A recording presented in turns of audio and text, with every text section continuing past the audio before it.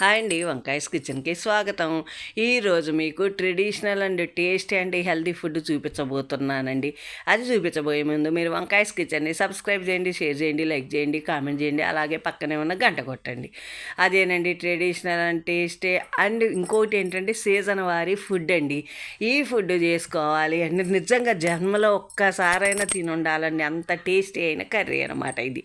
అదేనండి మనకి ఇప్పుడు సీజన్లో ముంజలు వస్తున్నాయి కదా, ఆ ముంజలను మనం లోపల తింటాం, ఆ పై పొట్టుని తీసి పడేస్తాం. కానీ ఆ పొట్టుతోటి మనం కూర చేస్తే ఎంత టేస్టీ అంటే ఏం లేదండి, మనం ఆ పొట్టు ఒలిచిన తర్వాత కొద్దిగా నూనె వేసి పచ్చిమిరపకాయలు వేగిన తర్వాత ఉల్లిపాయలు వేసి, ఉల్లిపాయ కూడా వేగిన తర్వాత ఈ మనం తీసినటువంటి ముంజల మీద పొట్టును కూడా వేసుకోవాలన్నమాట. ఉప్పు, అల్లం ఎల్లిగడ్డ పేస్ట్ మాత్రం ఫ్రెష్గా ఉండాలండి, అప్పటిదప్పుడు చేసుకొని వేయాలి.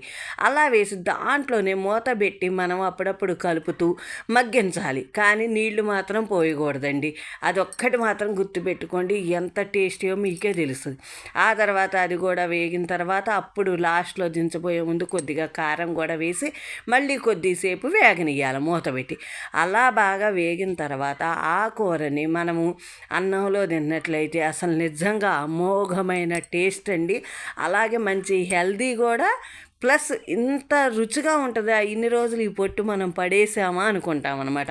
అంత టేస్టీ అయిన ఫుడ్ ప్రతి ఒక్కళ్ళు కూడా కంపల్సరీ ఈ సీజన్లో ట్రై చేయండి.